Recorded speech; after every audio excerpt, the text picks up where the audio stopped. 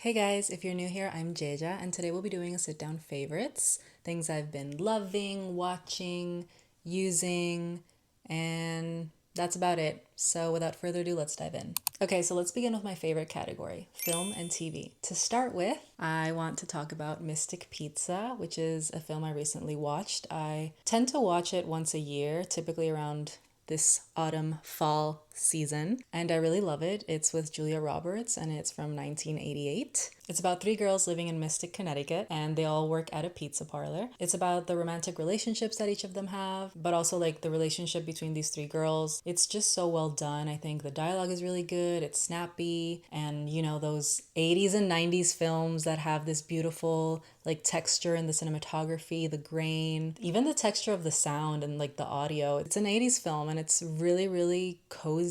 It's funny, it's sweet, it's tender. So I highly recommend that one. Plus, there's a lot of pizza involved. So before you get cozy watching it, I would suggest you make it a pizza night because it's just gonna be hard not to order pizza. The next film is one from 2024, but it didn't really make waves in the States. It's called Better Man, and it's about Robbie Williams. And apparently, he's like this famous rock star from like the 90s, and it's his story. And it's like a musical slash fantasy. I really enjoyed it. I like musicals. It was recommended to me by my boyfriend because he watched it on a plane coming back from Dubai. I don't know why I took so long to wanna watch it because the character of Robbie Williams is a monkey.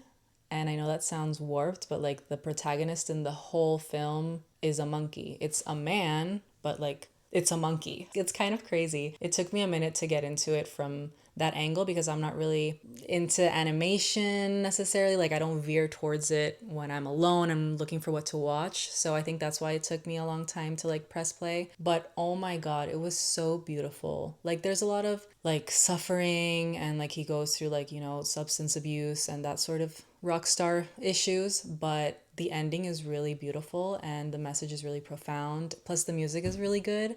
So yeah, it was surprisingly good. I honestly was like, wow, like my boyfriend tends to not love musicals, but like him recommending it and he's also like a film enthusiast. Yeah, I'm glad I was like open-minded enough to like dive into it. It's a good one. I highly recommend you check that one out. Now let's talk about TV shows. Ricardo and I recently watched Daisy Jones and the Six.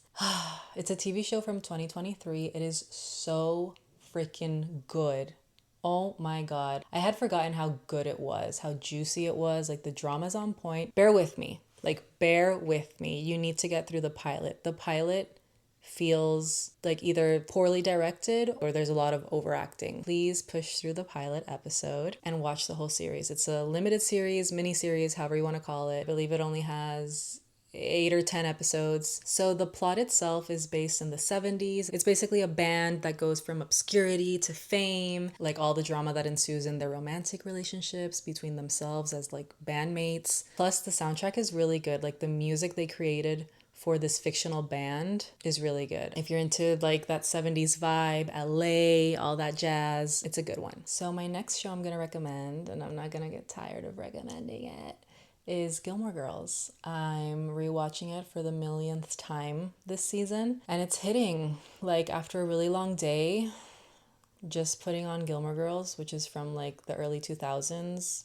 It's a mother and daughter relationship, but they feel more like best friends. There's sort of like that line between when the mom has to act like a mom or when she can actually be her daughter's like best friend. So there's that balance, plus obviously the romantic relationships, the small town energy, completely fictional. Like again, another world created that was like so well done because the atmosphere is on point and it definitely gives you that cozy vibe. And after, again, as I mentioned, like after a long day of work or if you need to decompress, that's like a really good show to decompress with. The humor is on point, it's sarcasm, it's witty, it's chatty, the dialogue is fast paced. If you've never seen it and you watch it or you have seen it, let me know if you're Team Jess, Team Dean, or Team Logan. Or if you want to get cocky, Team Luke or Team Christopher, just let me know. Moving on to YouTube creators. I've been watching a lot of Uncomfy. She's based in Colorado. She started by documenting herself doing clay art and slowly has evolved into like home decor pieces. Like she's been doing plushies and I don't know what else. She's always like changing it up. So that's why I'm invested in her journey, because she's an artist, a small business owner. She also will occasionally give me a little bit of lifestyle, and it's mainly all shot in her home. So I think that's really interesting. Her like little studios in her home as well. It's really cute. Her videos are very polished and well done. The world she's built is it's really cute. If you're into artists who are also content creators, then I would totally recommend her. The next creator that I want to recommend is my personal comfort creator, Moya Mawaini. She's based in Paris, which I've been following that journey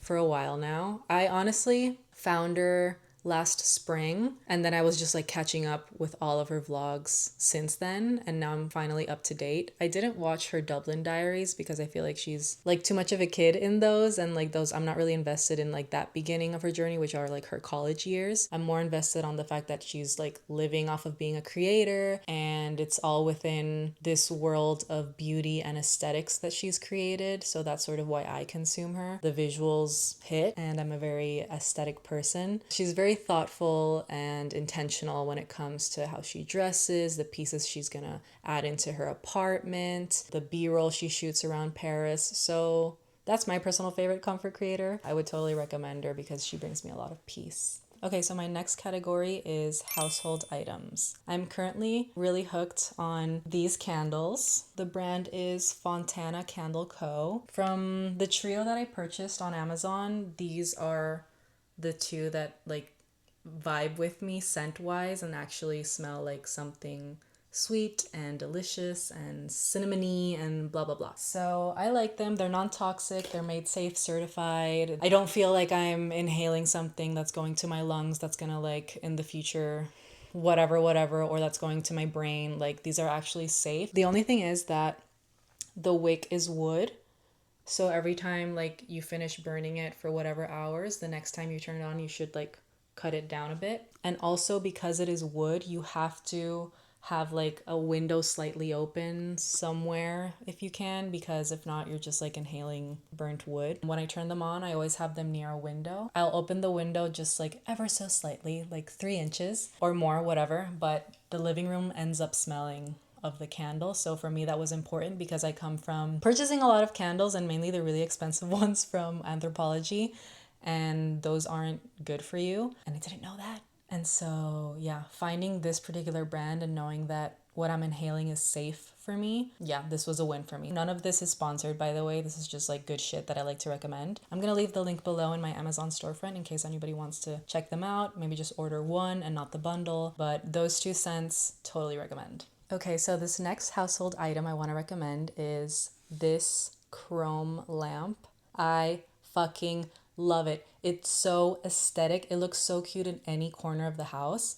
And like it has 3 modes. Like I'm going to show you.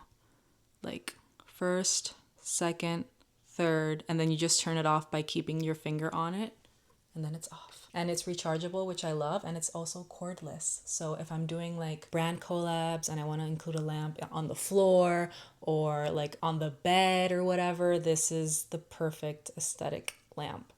I'll also leave it linked on my Amazon storefront below. Okay guys, my last category is skincare. I've been using this brand since June, I would say, and j'adore. First up is the body butter from True Botanicals. I love it. It smells so luxurious. I feel like I'm at a spa. It's thick. Oh my god. It smells so good. It's also made safe certified. I did all the research. It comes in glass bottles. It's non-toxic, but it is a bit thick.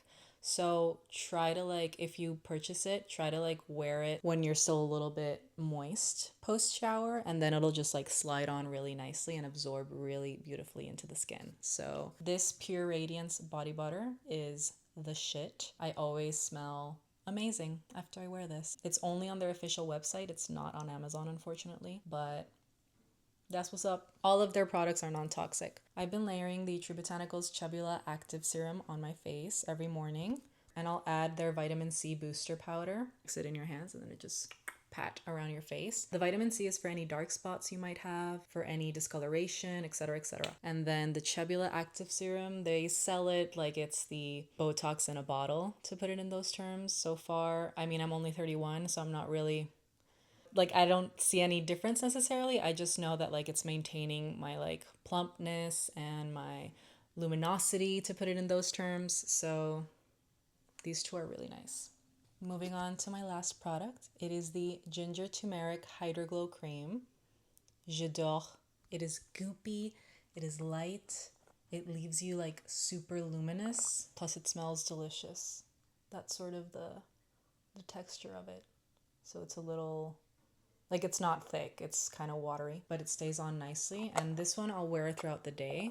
In the summer, I was only just using this day and night, but because it's autumn, it's not like thick enough for the colder months. So right now I'm only wearing it throughout the daytime. These products that I mentioned by True Botanicals are like really good, and it's the only thing I've been wearing on my face lately.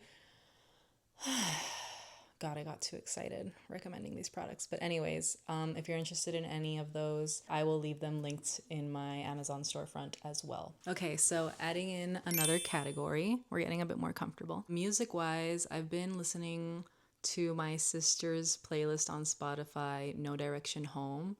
It has a really nice blend of KT Tunstall, Bob Dylan, the Beatles. I think there's a little bit of John Mayer in there, a little bit of Simon and Garfunkel. It's a vibe. That's a really good playlist. So I'll share the link below as well. I think she nailed it. Sophia, you nailed it. And then a band I've been listening to, God, this is a theme in this video, that they're like encapsulating the 70s, is The Favors. It's a new band that Ash and Phineas created together. Phineas is Billie Eilish's brother, who like produced all of her albums and does really amazing music. And so he got together with Ash, who I didn't really know who she was, and they created a band called The Favors, like just for fun, just because they wanted to make music. And it's really good. Like, I thought it was a really cool album. It's fun music. It's fun music to let loose. Anyways, that's all I have for now. I hope you guys enjoyed this video. I can't wait to talk to you guys again soon, and I'm just wishing you all the best. I hope autumn is treating you well.